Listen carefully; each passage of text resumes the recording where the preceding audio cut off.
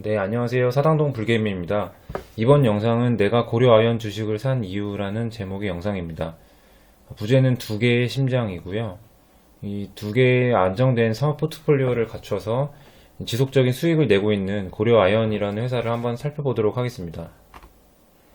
먼저 이 고려아연이라는 회사는 두 개의 심장을 가진 휴식이 필요 없는 주식이라고 말할 수 있겠습니다.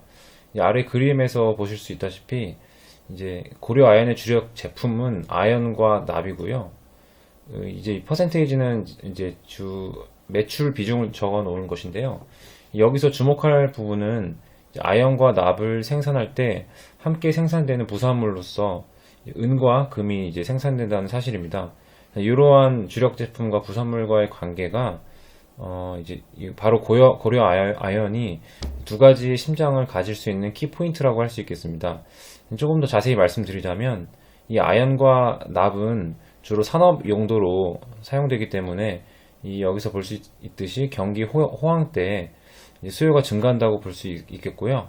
그 다음에 금과 은 같은 경우에는 이제 주로 안전자산으로 인식을 하잖아요. 그래서 이제 경기 불황에 이제 수요가 증가한다고 볼 수 있겠습니다.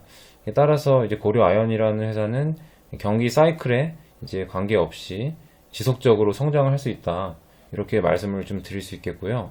여기에다가 최근에 신규 사업으로 이제 추진하고 있는 2차 전지 동박 사업이 있는데 요거까지 성공적으로 이제 안착이 된다면 이제 이렇게 좀 세계의 커다란 심장을 가진 회사로 거듭날 수 있을 것이라고 이제 보입니다. 다음으로는 이제 호황과 불황이 어떻게 과연 수요가 증가하는지에 대해서 좀 자세히 말씀을 드리겠습니다. 먼저 호황 부분입니다. 이제 아연과 납을 좀 말씀드릴 건데요. 먼저 아연은 크게 두 가지 용도로 사용된다고 합니다. 이 아연과 철을 이제 섞어서 만든 아연 도금 강판이라는 게 있는데요. 요 제품은 이제 건설과 자동차 그리고 이제 전자제품 등으로 많이 활용된다고 합니다. 두 번째로 황동이라는 게 있는데 이것은 아연과 이제 구리를 섞은 건데요. 주로 인테리어와 전자제품 그리고 주방기기로 활용된다고 합니다. 그 다음으로는 이제 납인데요. 납은 배터리와 전자제품 그리고 방사선 차단 제품으로 많이 활용된다고 하는데 이렇게 한눈에 봐도 주로 산업용으로 아연과 납이 활용된다고 볼 수 있겠고 이제 이러한 것들은 주로 제품 생산이나 설비 투자를 늘릴 수 있는 호황기 때 이제 수요가 증가한다는 것을 이제 확인할 수 있습니다. 그리고 불황의 경우인데요. 이건 사실 좀 간단하게 확인할 수 있을 것 같습니다. 이 금과 은은 사실 주로 안전자산으로 많이들 인식을 하시잖아요. 그래서 이제 경기가 어려운 불황기 때 사람들이 이제 주로 이제 이런 안전자산을 보유하고자 하는 경향이 있습니다. 그래서 따라서 이제 불황기에도 수요가 증가할 것으로 예상이 되는 부분이고요.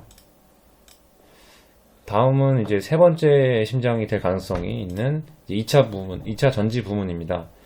고려아연은 2차 전지 핵심 재료인 동박의 생산 공장을 2022년 10월까지 건설할 계획이라고 밝힌 바가 있습니다.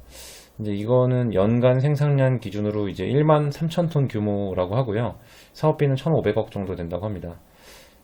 또한 향후에 2차로 2만 6천 톤 규모의 생산 시설을 증설할 가능성도 있어 보이고요.